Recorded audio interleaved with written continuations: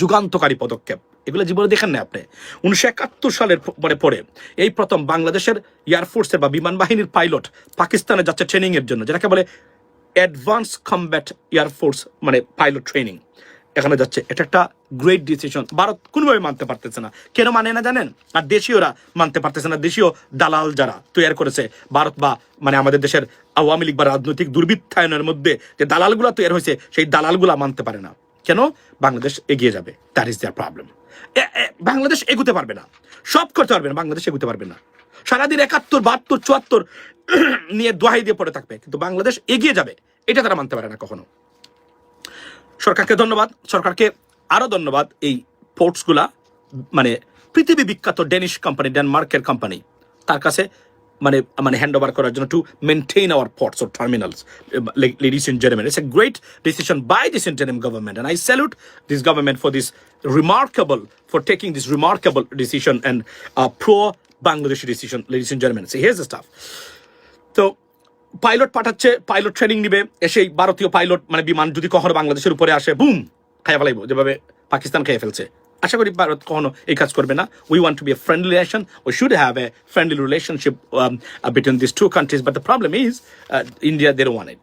তারা one sided relationship, whatever they can do they want to do in Bangladesh, ladies and gentleman. So here is the stuff today. আচ্ছা, লাইকের disturb হচ্ছে এরকম মাসুম ভাই live দেখে কেসে সে ফিরে যায়। আচ্ছা, লাইভে ডিস্টার্ব হচ্ছে। আচ্ছা বুঝছি। সো আমি আপনাদেরকে বলি, এখন ধরেন সবচেয়ে গুরুত্বপূর্ণ জিনিসটা, প্রথমেই ধন্যবাদ দিবেন আপনারা, আমি শুধু না, আপনারাও ধন্যবাদ দিবেন যে সরকারের সিদ্ধান্তটা নিয়েছে।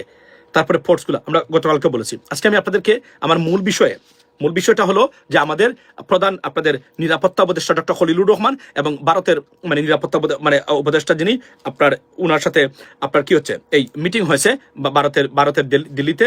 আপনার দুজনের ভিতরে, অজিত দুবালের ভিতরে, this guy who is the master mind of destabilising Bangladesh, তো তাদের মধ্যে মিটিং হয়েছে।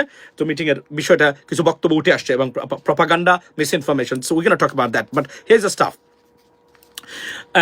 আপনি ডিপি ওয়ার্ল্ড এবং বন্দর রক্ষণাবেক্ষণের যিনি দায়িত্বে আছেন, বন্দর রক্ষা মানে কমিটি যারা বা গ্রুপ যারা, তারা দিয়েছেন যে তারা বন্দর রক্ষার জন্য তারা আন্দোলনের ডাক দিয়েছেন এবং বন্দরকে স্থবির করে দেওয়ার, বন্ধ করে দেওয়ার জন্য তারা ডাক দিয়েছেন। আমি আজকে বলছি, বন্দর যেন প্রয়োজনে 6 মাস নয়, 1 বছর প্রয়োজন হলে বন্ধ থাকবে। তারপরেও এই বাটপারদের কথা শুনে এই প্রজেক্ট ক্যান্সেল করা যাবে না।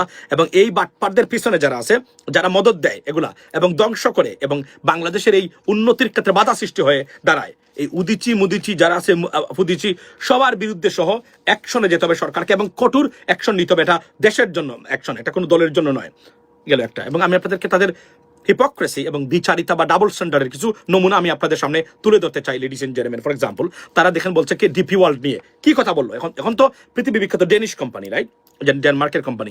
এই দেশগুলোর transparency, accountability, professionalism unbelievable, like Denmark, country like Denmark or so on. So here is the staff. দেখেন কি করছে তারা। ডিপি ওয়ার্ল্ডের বিরুদ্ধে তারা দাঁড়ালো, বন্দর রক্ষণাবেক্ষণ। এখন দেখেন এই ভারতীয় পেতাত্তাদের ডাবল স্ট্যান্ডার্ড, মুনাফিকটা কোন জায়গায় আমি আপনাকে আজকে বলি।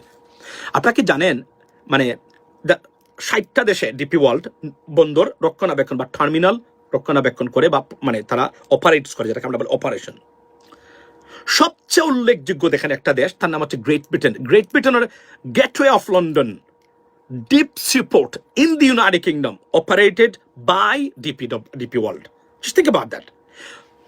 How trusted and professional and efficient takle country like Great Britain handed over their activities, operations to DP World. Just unbelievable. অর্থাৎ মানে কতটা বিশ্বাস এবং প্রফেশনালিজম এবং ক্যাপাবিলিটি থাকলে বা ক্যাপাসিটি থাকলে ব্রিটেনের মতো দেশ তাদের gateway of London, the biggest and the main deep sea port in the United Kingdom, run by and operates by DP আপনার ওয়ার্ল্ড।